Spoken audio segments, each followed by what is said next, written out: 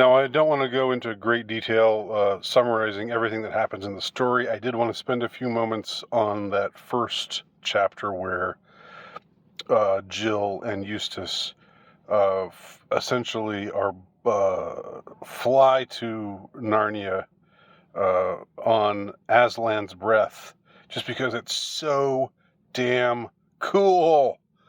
It was something that I read and reread. I reread that chapter back when I was 10. I remember I showed it to my mom too. I said, like, read this. This is really cool. I actually made her read it, just because of the way it's described. And it still is just as cool at age 53 as it was at age 10 or however old I was when I read it as a kid.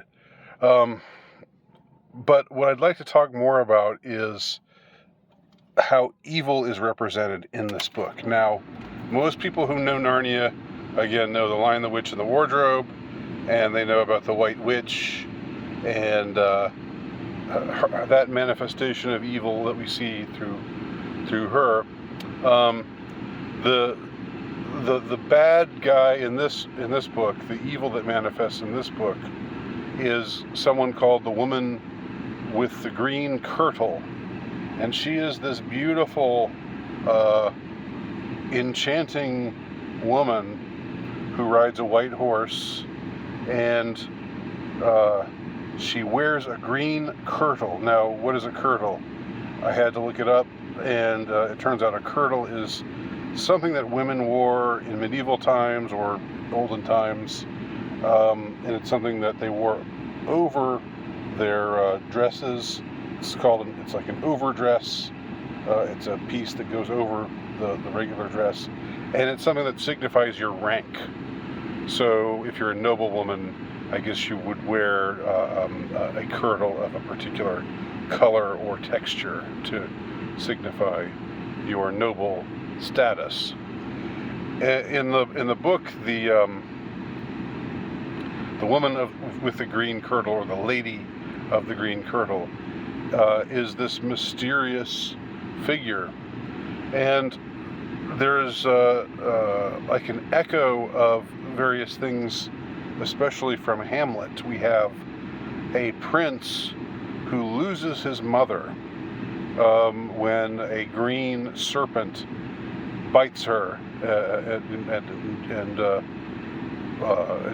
his mother is injected with this serpent's deadly poison, and then the serpent, the green-colored serpent, slithers away, and the prince can't find it, and he and his father, the king, mourns the loss of the queen, but the prince becomes more and more obsessed with finding this serpent, and he keeps going to the same lands where this happened, where his mother's death took place, and eventually he becomes enchanted by the sight of a woman in green. Now, this was a green serpent, and now he sees a woman in green who is the most beautiful thing he has ever seen in his life.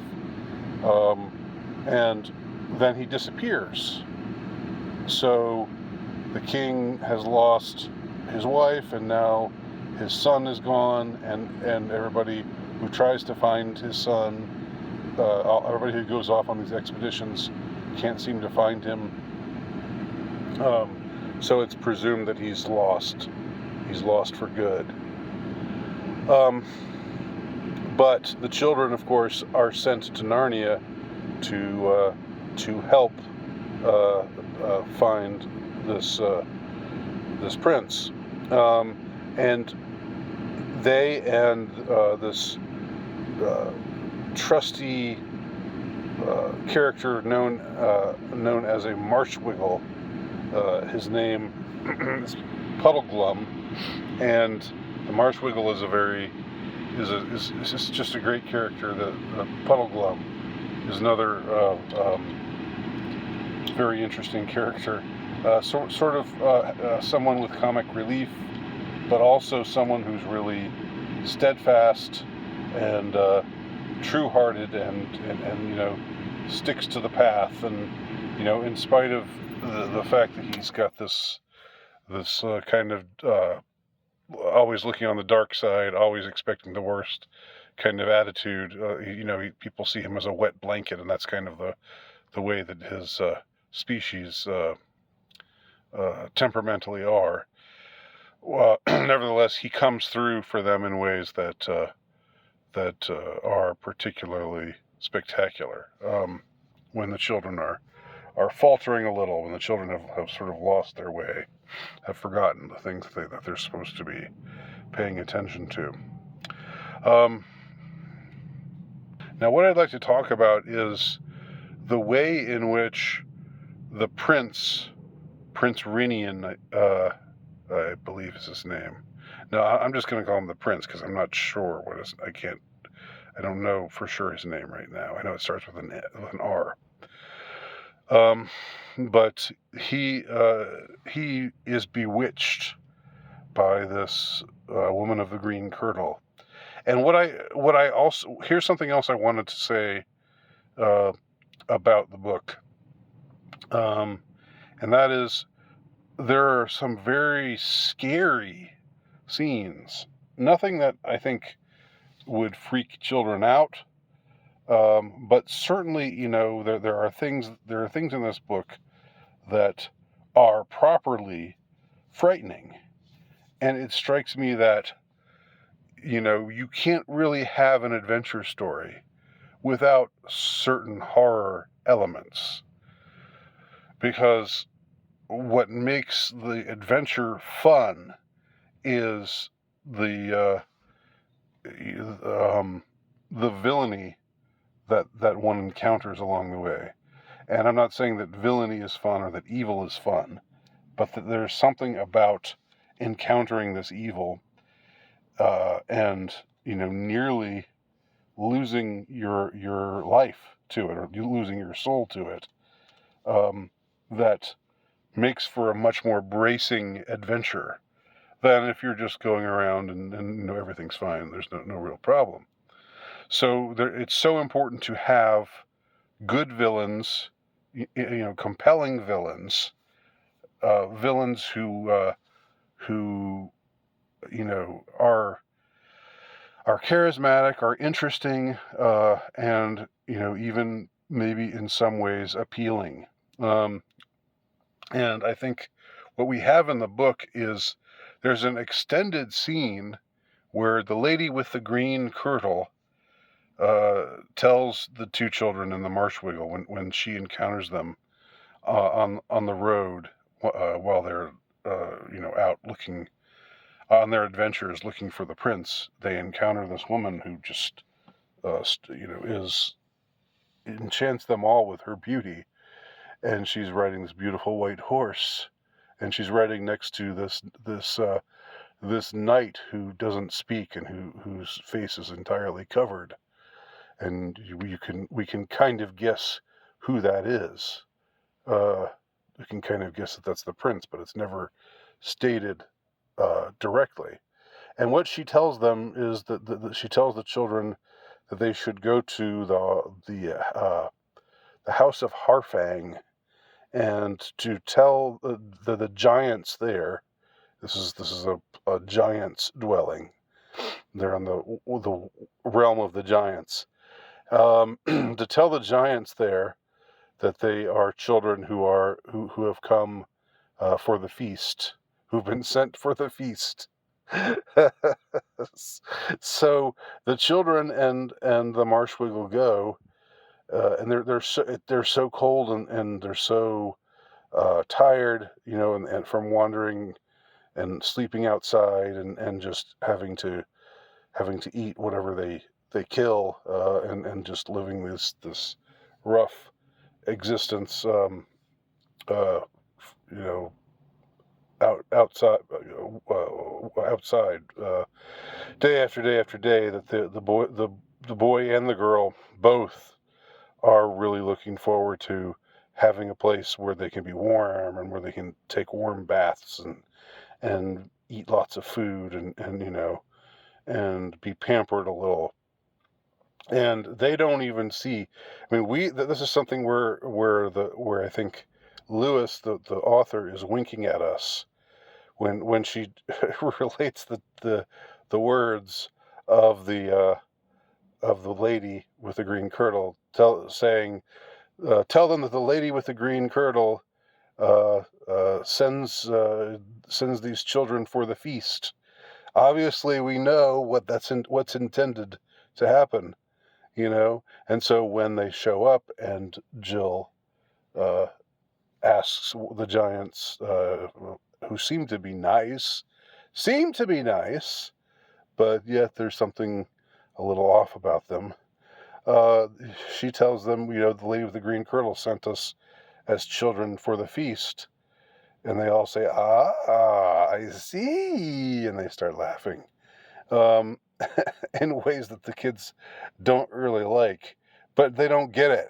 They don't put two and two together. But we get it. We know what's happening. We know what's intended. That they're going to fatten these kids up, and also their Marshwiggle companion, fatten them up, and then they'll be there. They're not there to take part in the feast as eating the feast. They're there to be cooked and then eaten. And so we see the treachery of the lady with the green kirtle, manifest itself in that regard. And it's very subtly done, and the way in which they eventually find out why they're there, and the behavior of the giants around them. Again, it's like this is not a horror novel, but there are horror aspects to it, and there are all kinds of subtle details that help this come across for the reader. And so after they escape the giants and escape getting eaten, a lot of other stuff happens. They finally come across the prince. Again, skipping around a lot here because I don't want to summarize the whole thing. When they finally do meet the prince, he seems like a nice guy, and he seems all right, and he seems together. He seems happy.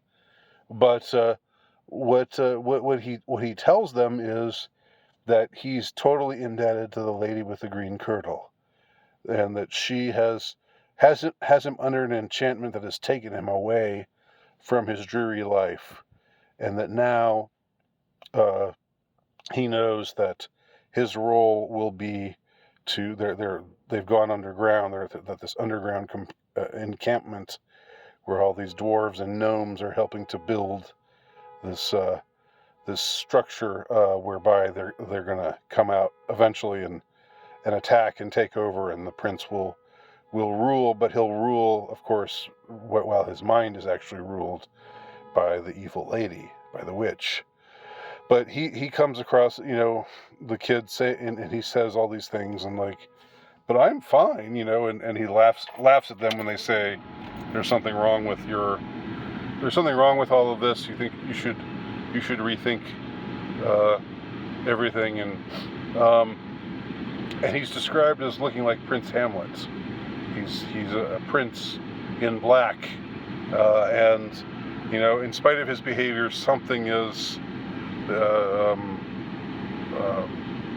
holding him back from totally being able to escape into the enchantment, the spell that was set for him.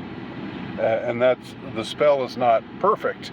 And this is how we see that evil is never perfect. Evil never has complete hold over you. Because evil is just spoiled good. So it turns out that, which goes back to theology, which of course, we know C.S. Lewis loved all that theology stuff. But there's 1 hour of the day where the prince has to be tied to this bit of furniture, which is, guess what it is? A silver chair, hence the title of the book, The Silver Chair. Now, we never had heard anything about a silver chair up to this point. And this is like 3/4 of the way through the book where we first hear about the silver chair. And yet that's the title of the book. That's also pretty cool. That's pretty cool. A subtle thing, but I like it. So the kids see him while he's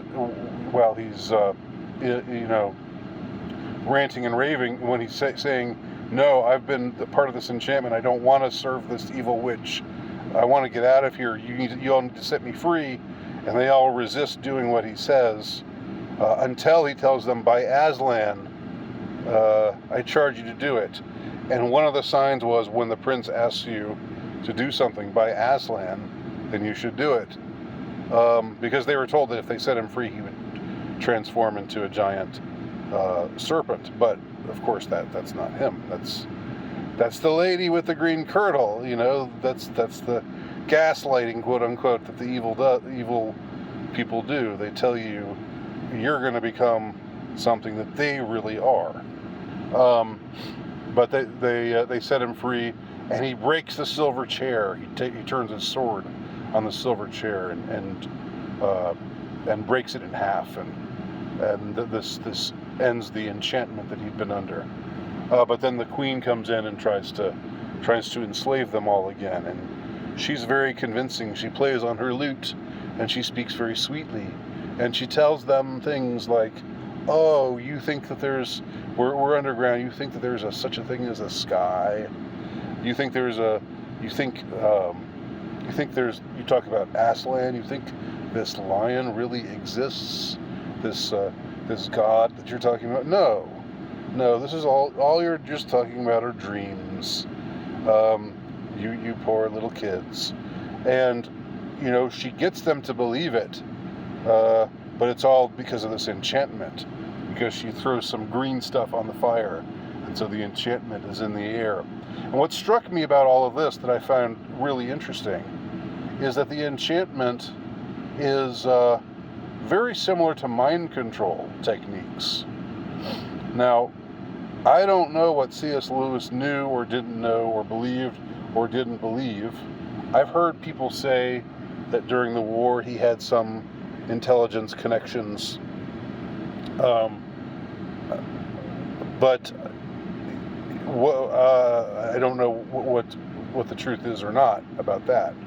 But I definitely think that Lewis understood the way in which brainwashing takes place. Now, in the novel, it takes place because of a magical enchantment, but it also resembles hypnosis. And I think we have some evidence in this book that Lewis knows a thing or two about how mind control works, how people can be convinced to do things that are against their best